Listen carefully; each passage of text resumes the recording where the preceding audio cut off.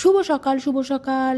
রোজের পাঁচালির থেকে আমি রিমি নিয়ে চলে এলাম নতুন আরেকটা ভিডিও। সবাই কেমন আছেন? আমি মোটামুটি ভালোই আছি। ওই শীতকাল আর গরমকালের মাঝখানে এমন একটা পজিশন চলে এসছে না, গলাটা বসে যাচ্ছে থেকে থেকে। আদা আর গোলমরিচ সাথে লবঙ্গ খেয়ে গলাটাকে ঠিক করে তারপরে আমি ভিডিওটি এডিট করছি। যাই হোক, মটরশুঁটিটাকে ভালো করে পেস্ট করে তার মধ্যে ডিম দিয়ে এরকম একটা বিষয় করে নিয়েছি। এইবার এটাকে সুন্দর করে একটু কারি টাইপের করব। এটা নাম আমি জানি না, তবে খেতে বেশ ভালোই লাগে সেই হিসেবেই। আর হঠাৎই কৌশিক আসলো, এসে বললো যে ওর মা বাড়িতে নেই, তুমি একটু ডিমের অমলেট করে দাও। আমি বললাম ফালতু অমলেট আর করতে হবে না, তুই থাক, একবারে যা আছে সবজি দুটো আছে, দুটো করে নিয়ে যাবি। আসলে আমি না আজকে সকাল সকাল রান্নাই করিনি, কারণ আবার সেই পুরনোভাবে জ্বর সর্দি কাশি এমন লাগা লেগেছে বাড়িতে বলার মতো না। কিছু করার নেই। আর ওই যে ডিমের অমলেটটা হয়েই গেছিলো। এবার একটা মশলা করে নিয়েছিলাম, আজকে একটু পেঁয়াজ আর রসুন হালকা হালকা দিয়েছি। আর প্রতিদিনের যেমন মশলা হয় তেমন দিয়ে সুন্দর করে এটাকে কষিয়ে তারপরে ওই ডিমের যে ছোটো ছোটো করে অমলেটগুলো করে রেখেছি সেগুলোকে, ডিম আর মটরশুঁটি অবশ্যই, সেগুলোকে কারিতে দিয়ে দেবো। বেশ সুন্দর লাগে, গা মাখা মাখা করলে পরে বেশ ভালোই লাগে খেতে। আর সাথে একটু ফুলকপি ছিল, তা ভাবলাম ফুলকপি দিয়ে আলু দিয়ে একখানা তরকারি যদি করে নিই রাতেও হয়ে যাবে। এই হচ্ছে বিষয়। আজকে বিষয় হচ্ছে ছেলেকে নিয়ে একটু বেরোতে হবে, কারণ ওকে ওর একটা জায়গায় নিমন্ত্রণ আছে আর ওর পড়াও আছে। তাই আমায় বললো যে তুমি একটু আসবে, একটু প্রয়োজন আছে কটা কেনাকাটা, যেহেতু গিফটের একটা ব্যাপার আছে।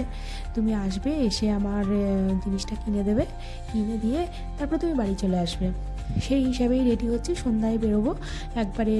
ও আর আমি, ও প্রাইভেট থেকে ওইদিকে চলে যাবে আর আমিও বাড়ি চলে আসবো, এই আশাতেই আছি আর কি। তো যাই হোক, দেখা যাক সেটা সন্ধ্যের পরে, কারণ দুদিন প্রাইভেট কদিন মানে দুদিন নয় কদিন প্রাইভেট অফ আছে। সেটার কারণ হচ্ছে পরীক্ষা চলছে, কিন্তু এই প্রাইভেটটা হঠাৎ করেই করাবে মানে একটা ছোটোভাবে একটুখানি হয়তো অন্যান্যদের পরীক্ষা নেই, তার জন্যই হয়তো। তো ওকে বলেছিল তুই আসলে আসতে পারিস, সেই হিসেবেই ও যাবে আর কি। তো যাই হোক, কথা বলতে বলতে আমার বেশ মশলা কষানো হয়ে গেছে। এইবার এই মশলাটাকে আমি সুন্দর করে কষালাম, দিয়ে হালকা অল্প একটু জল দেবো। জল দিয়ে যখন জলটা ফুটে যাবে তারপরে ওই ডিমের অমলেটগুলোকে দিয়ে দেবো। এরকম করে দেখতে পারেন একবার, বেশ ভালো লাগে। কারণ কৌশিকও বলছিল ভালো লাগছে, ওর বাবাও সুন্দরভাবে খেয়ে নেয়। কিন্তু আমার ছেলে আবার ডিমটা খুব একটা পছন্দ করে না, তো আবার মাছের ডিম ছাড়া কিছুই নাকি ওর ভালো লাগে না, কিন্তু বেশ ভালোই লাগে। আমি কিন্তু এটা ইউটিউব দেখেই শিখেছি এই রান্নাটা। যাই হোক, এই যে নেমে গেল। এবার ওই ফুলকপিটাকে সেদ্ধ করে রেখেছিলাম আগেই, এবার এটাকে ফুলকপিটাকে সুন্দর করে ভাজবো। ভেজে ওই আর কি অল্পের মধ্যে, কারণ আজকে ছেলে রাতে খাবে না ঠিক করেই রেখেছে। ওর বাবারও কিছু না কিছু কোনো না কোনো দিন একটা না একটা পিকনিক থাকেই বাজারে। এবার এদের যে পিকনিকের কত পিকনিক থাকে বলার মতো না, বাকি পড়ে যাই আমি একা বাড়িতে। তাই আজকে মানে আমার ইচ্ছে করেই দেরি করে বসানো হয়েছে। টুকুর মতন কাজ সেরে চলে গেছে। আমি এই ধীরে সুস্থে এবার তৈরি করছি সব কিছু, হালকা একটা ফোড়ন যেমন দেয় তেমন দিয়ে ওই প্রতিদিনের মশলাটা কষানো। আর ফুলকপিটাকে ইচ্ছা করে ভাজা করে রেখেছিলাম, আর ওইদিকে আলুটাকে তো আমি সেদ্ধ করেই নিই, কারণ আমি ওই ভাজা করে করতে পারি না, আমার একটু সেদ্ধ করে নিলে ভালো হয়। জলটা ফেলে দিলে আমার একটু ভালো লাগে, কারণ প্রচুর কেমিক্যাল থাকে এখনকার সবজি, তো কিছুই ঠিক না না। যাই হোক, এই ওইদিকে কৌশিকের সাথে গল্প করছিলাম অনেকক্ষণই। ও ততক্ষণে চলে এসেছিলো, আর ওর মা যেহেতু নেই তাই। তারপরে ওর সাথে আমার ভীষণ ভালো একটা বন্ডিং, আজকে থেকে না, আমি যবে থেকে এখানে এসেছি তখনও খুবই ছোট ছিল ও, ওর দিদি বা ওদের আশেপাশে আরও অনেকেই, ওরা খুবই ছোট ছিল আমার বিয়ের সময়।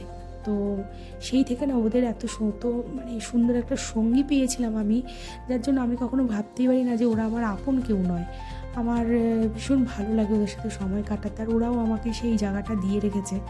যাই হোক, এই যে আমার এখানটাও তরকারিটা হয়ে গেছে, নামাবো এবার। আর নামিয়ে তারপরে একটুখানি বসবো, আর বাটিগুলোতে করে তরকারি রেডি করলাম, কারণ কৌশিক বললো নিয়ে যাবে। ও বলছিল নেবে না, কিন্তু আমিই দিয়ে দিলাম, তাহলে ওর সকাল বলতে ওই দুপুর আর রাত্রিবেলাটা হয়ে যাবে। তারপর ওর সাথে আমি ভীষণ গল্প করলাম, ভীষণ মানে ভীষণ রকমের গল্প। আর ওর সাথে গল্প একবার নিয়ে বসলে ব্যাস হয়ে গেল। তো ওরও শেষ সময়, আমারও শেষ সময়, আমরা জানি না কখন কি কটা বেজে গেল। যাই হোক, এই গল্প করতে করতে আমাদের প্রায় 2টোর বেশি বেজে গেল। তারপরে সারাদিনের কাজ সেরে মোটামুটিভাবে রেডি হয়েছি।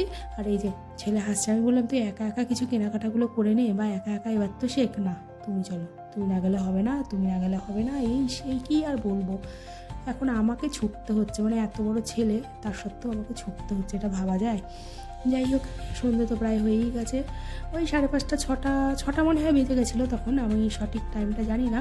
ওকে দিয়ে এসেই আমি বাড়িতে চলে আসব, আর ওর বাবার কাছে আছে চাবিটা, তাই আমার আর অসুবিধা হবে না, আমাদের দুটো করে চাবি থাকে দুজনের কাছে। আর এবার ওকে নিয়ে বেরোবো, বেরিয়ে ওকে যা কেনার কিনে দেবো। আমি না সত্যি বলতে এই এত তাড়াহুড়ো করেছি তো আমি না কোনো কিছু রেকর্ড করতেই পারিনি, এইভাবেই আর কি হলো। আর এবার ও রেডি, আমিও রেডি, আর আমি বাড়িতে চলে এসেছিলাম। বাড়িতে এসে ফোনই ঘাঁটছিলাম, টুকটাক এটা ওটা সেটা দেখছিলাম, ফেসবুক, ইউটিউব, হোয়াটসঅ্যাপ সব মিলেমিশে প্রিয়াঙ্কার সাথে কথা বললাম। আর ওইদিকে দেখুন আমি বাড়িতে ছিলাম একা, তাই উনি আবার খাবার নিয়ে এসছে আমার জন্য, ব্যাস আর কি। ভালো খাবার, মানে আমি একটু চিকেন রোল বা চাউমিন পছন্দ করি, সেই জন্যই। আর এইবার দেখি ও যদি খাবে, আর ওর বাবা খেলে খাবে, দেখা যাক কতটুকু খাওয়া যায়।